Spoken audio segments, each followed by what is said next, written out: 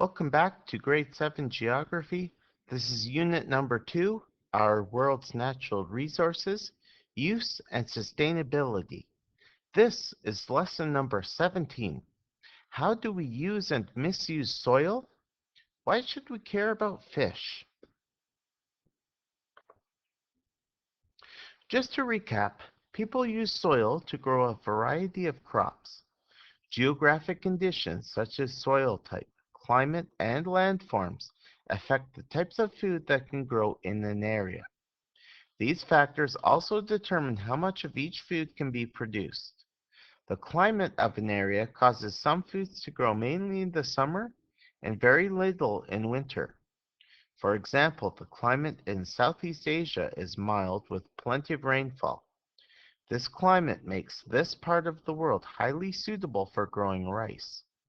Rice is an example of a staple. A staple is regularly eaten food that makes up a large part of the population's diet. So here's a question for you to consider tonight and for us to discuss in class tomorrow. What foods do you think are staples of your diet?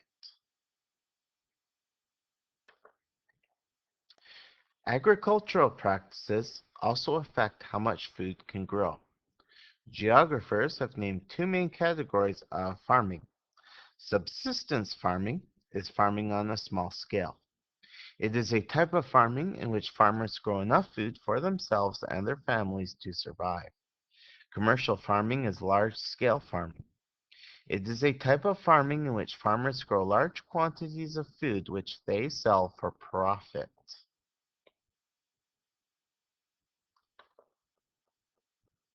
In recent years, changing climates and increased demands for food has forced many farmers to use soil that is not as suitable for agriculture.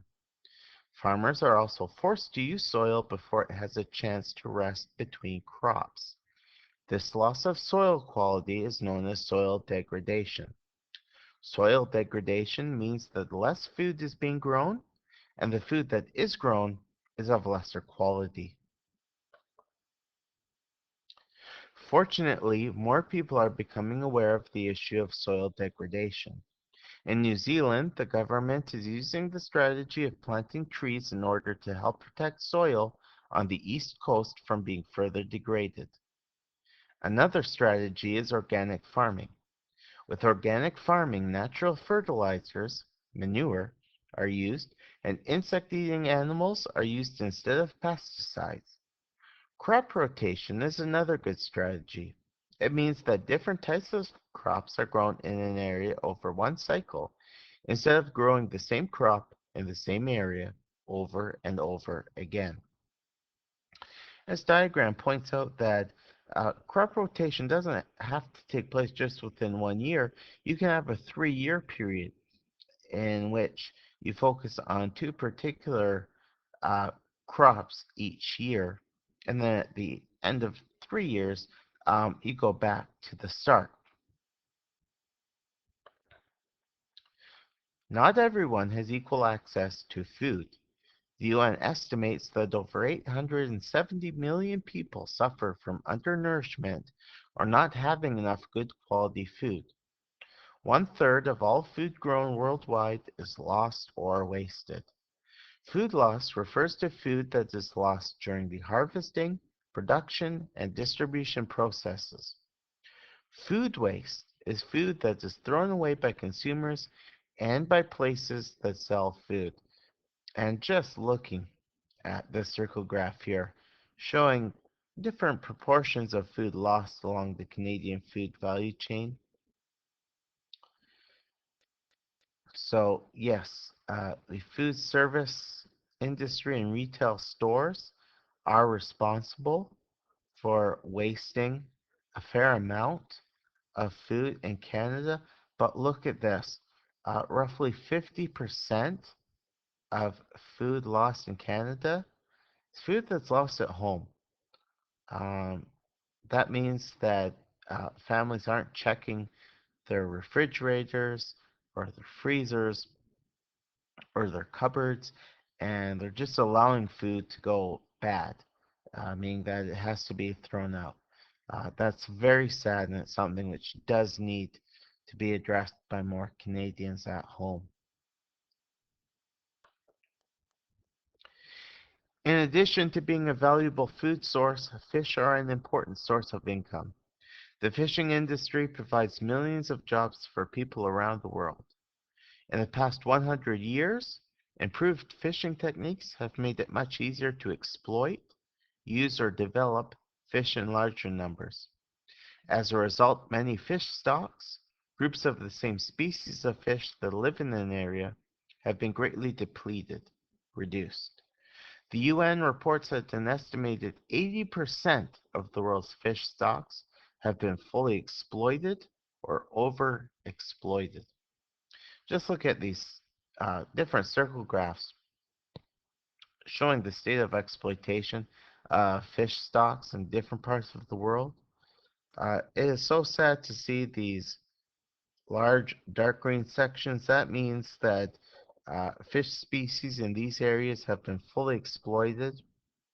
It's also disgusting to see that in a number of areas we're getting yellow sections, meaning that those species of fish have been overexploited. And look at Western Europe here. We're seeing species of fish that have been completely depleted. It means they're gone, and they're most likely not coming back ever. Originally, humans were only able to fish locally. Their boats were small and did not have motors. Fishers had small nets, and they caught only enough fish to feed their families. Over time, improved technology and larger boats have given fishers the ability to travel farther from the coast and catch more fish. Professional fishers use trawlers that drag huge nets along the seafloor. While it is terrible that so many fish are being taken so quickly, what makes this worse is that the majority of fish are used, eaten, by only a few countries. Overfishing means fish are being caught so fast that they cannot renew themselves. Many fish species are becoming endangered or extinct. Governments are being forced to take drastic action to save the remaining fish stocks. For example, in 1992, the Newfoundland government had to close the cod fishing industry due to the near complete disappearance of cod in the province. And in this 1992 image, we have John Crosby, Newfoundland's fisheries minister at the time. He faced a lot of anger from fishers who relied on cod fishing for their financial well-being. But the fact was, uh, the cod were nearly completely wiped out in this area. So Crosby and the ministry had to take that next step and just close off cod fishing completely. Many fish end up as bycatch, unintentionally caught when fishing. Bycatch includes young fish as well as other species of sea life. Sadly, bycatch die when being caught and their bodies are thrown back into the ocean. Commercial fishing is a key part of the world's economy.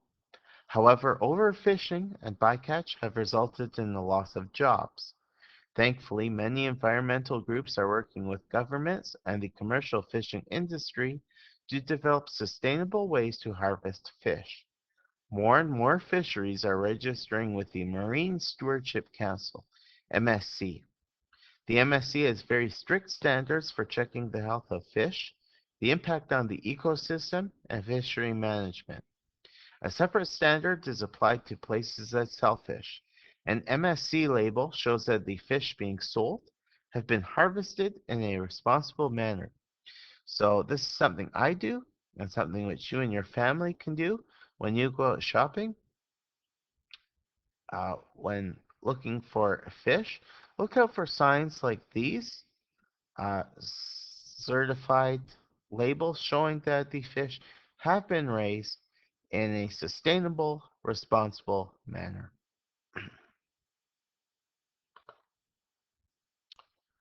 Okay, so we're going to do this activity in class tomorrow. This is a very simple check of your understanding of today's lesson. So I encourage you all to pause the video and try to complete as many of the fill in the blanks as you can, and we'll take this up in class tomorrow.